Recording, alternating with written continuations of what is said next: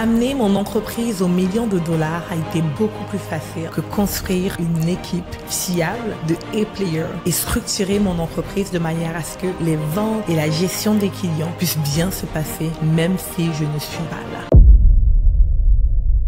Salut, je m'appelle Eliane Gamy d'entrepreneur à succès.com et je vais te parler durant quelques minutes de deux choses. La première, ça serait comment amener ton entreprise aux millions de dollars. Si c'est ce que tu souhaites et si c'est pas le cas, comment augmenter du moins tes revenus drastiquement. J'ai une formule très simple que tu vas apprécier. La deuxième des choses, c'est de te parler vraiment de la chose d'après moi qui est le plus dur. C'est construire une entreprise qui se gère tout seul. Alors commençons par la première phase. Pour amener ton entreprise aux millions de dollars, du moins je vais te partager qu'est-ce que j'ai fait et je sais qu'il y a plusieurs chemins pour arriver à Rome. Alors, je te partage mon chemin et ce que je montre à des milliers de mes clients qui réussissent eux aussi à ajouter des multiples chiffres et des millions de dollars dans leur entreprise. La première, ça serait d'avoir une offre que les personnes ont besoin ou qu'ils demandent. Et quand je dis besoin, je veux que tu comprennes demande. Une offre que les gens veulent parce qu'ils peuvent avoir besoin de A, mais ils veulent pas A, ok? Et ils veulent B. Donc, du coup, il faudrait que tu aies une offre que les gens veulent. Pas forcément qu'ils ont uniquement besoin. La deuxième des choses, c'est qu'il faut que tu saches comment communiquer sur ton offre de manière à ce que ça donne envie. Et quand je regarde beaucoup d'entrepreneurs, ce qui leur manque, c'est vraiment ça. C'est qu'ils ne savent pas parler de ce qu'ils font de manière à ce que ça donne envie. Et moi, comment j'ai appris à faire ça, c'est en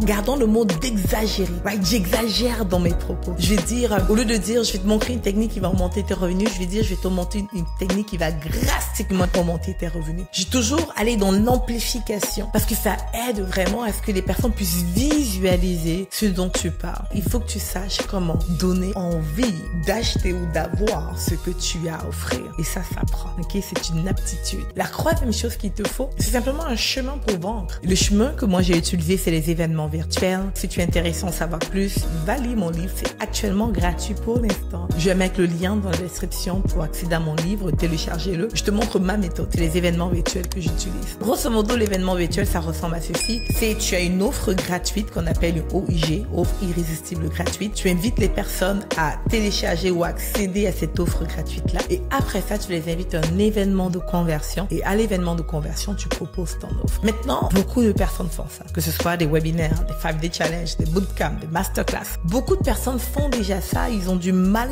quand même à cause du dernier élément qui est le volume. Plus tu vas avoir des personnes qui vont créer dans ton événement de conversion, plus tu vas avoir un chiffre d'affaires. Et malheureusement, beaucoup d'entrepreneurs ne se concentrent pas sur avoir un grand volume de personnes qui entrent dans leur processus de vente. Ils ont juste assez ou très peu. Plus tu as le volume, plus tu génères de l'argent. Et je vais ajouter une cinquième chose, que ton offre soit high ticket. Si tu n'as pas un énorme volume, si tu n'es pas aussi populaire que Kim Kardashian ou que tu n'as pas des centaines de milliers de personnes qui te suivent sur Instagram, tu es mieux de vendre une offre à haute transformation, au HT, qui veut surtout dire une offre high ticket, ok? Où tu crées une plus grande transformation dans la vie des personnes, mais que tu factures un certain montant aussi pour cette transformation-là. Je te prends un exemple rapide. Disons que tu maîtrises bien l'outil Excel et tu peux créer, disons, une formation où tu montres aux personnes comment utiliser Excel. Et peut-être que cette formation, si tu es chanceux, tu vas réussir à la vendre sur Udemy à $50. Maintenant, avec le même outil Excel, tu peux faire des rapports pour les compagnies. Tu peux créer d'autres choses. J'ai une cliente à moi d'ailleurs, je sais pas comment ça s'appelle, mais elle travaille avec Excel et elle fait des rapports un peu compliqués pour les compagnies. En tant qu'autonome, elle fait plus de 30 000 € le mois. Et je lui ai posé la question de savoir combien en moyenne les personnes gagnent dans son domaine. Elle m'a dit, Eliane, quelqu'un qui commence et qui vient d'apprendre, à peine 3 mois, il fait plus de 10 000 €. Je connais pas exactement le thème de son truc, mais c'est grosso modo, elle fait des rapports pour les compagnies avec Excel. Le même outil peut générer deux types de revenus. Elle a choisi d'avoir une offre à haute transformation parce que le rapport ou les trucs qu'elle fait dans Excel amène tellement et tellement pertinent, ça crée une plus grande transformation dans la vie de ses clients, ce qui fait en sorte qu'ils sont willing, ils ont la volonté de payer beaucoup plus cher que quelqu'un qui fait juste montrer comment utiliser Excel à monsieur et madame tout le monde. Alors une offre à haute transformation, je te recommande de facturer le maximum que tu peux. Et j'ai dit que j'allais te montrer 3 choses sur comment faire plus de ventes, mais je vais te pousser pour te montrer une autre chose qui est super importante d'après moi, c'est de choisir une clientèle qui a de l'argent. Ok, va choisir une clientèle qui a de l'argent pour te payer. L'erreur de beaucoup d'entrepreneurs qui veulent réussir, c'est qu'ils vont chercher la masse, ils vont chercher la clientèle qui est en bas, qui est au bas de l'échelle, qui a du mal. Et souvent, c'est parce qu'ils se disent, oh non, je je veux les aider. Mais j'aime bien dire, aide-toi d'abord et après tu peux aider tout le monde. Si j'avais pas construit une entreprise qui me générait un super revenu, je serais pas là en train de juste créer du contenu. Non, je peux me permettre d'avoir du temps pour créer du contenu qui aide et qui transforme la vie des personnes, même de ceux qui peuvent pas me payer parce que j'ai des clients que je facture très cher pour mes services. Donc, va chercher une clientèle qui peut te payer. Une clientèle sur laquelle tu peux facturer du high ticket et que ce ne soit pas du tout un problème. Et ce genre de clientèle, ça peut être les corporates, les entreprises ou des personnes affluentes tout simplement. Ceux-là qui ont certains types de revenus. So, choisis de ne pas être le H&M, mais d'être le Dior ou le Chanel, de peu importe l'industrie que tu as. Et si tu fais juste suivre ces 6 points, je te promets que ton entreprise va aller très rapidement à une autre échelle. Maintenant, parlons de la deuxième chose. La chose qui a été la plus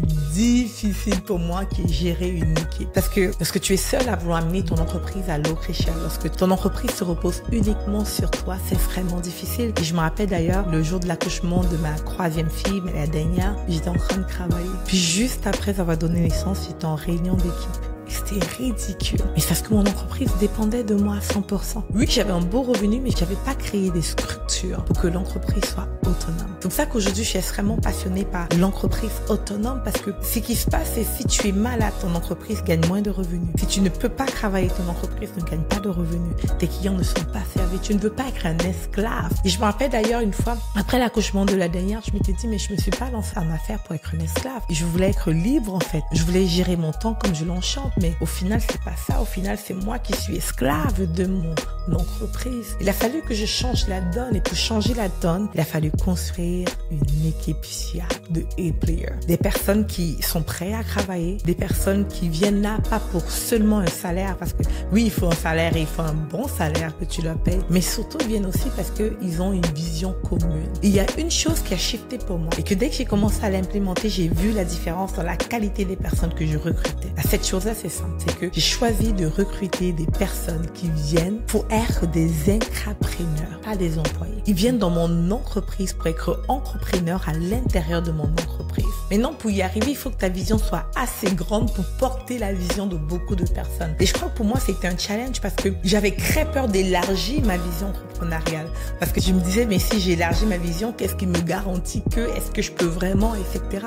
Parce qu'il avait fallu vraiment que je travaille à l'intérieur de moi-même pour élargir cette vision afin de porter la vision de d'autres personnes dans la grande vision d'entrepreneur à succès. Maintenant, je peux te dire aussi avec confiance que ce n'est pas pour tout le monde. Et pendant à peu près 1 an et demi, même voire 2 ans, j'étais très malheureuse dans mon entreprise. Lorsque j'étais en train de changer cette structure, parce que j'élargissais ma vision, lorsque je travaillais à construire vraiment une entreprise qui se porte toute seule, j'étais extrêmement malheureuse dans mon entreprise. Et presque tous les soirs, je me disais, mais est-ce que ça vaut la peine? Et j'étais tellement plus heureuse parce que je faisais que $1 million, right, en chiffre d'affaires, pas en profit, malheureusement. Mais j'étais tellement plus heureuse, right, en profit, on avait quelques centaines de milliers de dollars et c'était génial parce que j'étais autonome, je faisais ce qui me plaît. Mais lorsque tu vas aller construire cette grosse vision avec d'autres personnes, des A-players, des personnes qui sont extrêmement indépendants, des personnes sur lesquelles tu peux compter, etc., ça demande de restructurer tout. Et ça demande surtout que tu aies un certain leadership. Alors avant de courir là-dedans, j'aimerais juste t'inviter à te poser la question suivante. Est-ce que je veux une grosse entreprise ou est-ce que je veux juste assez pour bien vivre?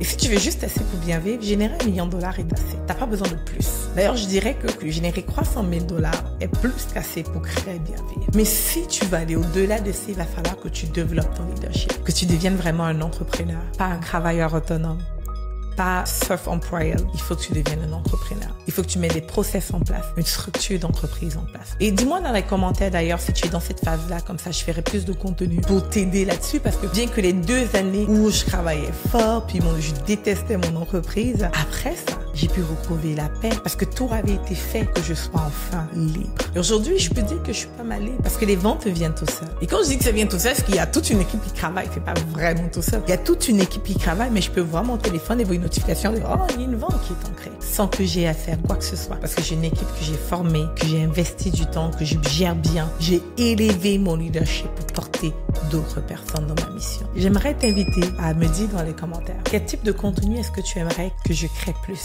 Parle-moi du problème que tu as ou des difficultés que tu rencontres. Comme ça, j'enregistrerai plus de contenu à cet effet. On se dit à la prochaine et n'oublie pas, tu es à un pas de ton succès.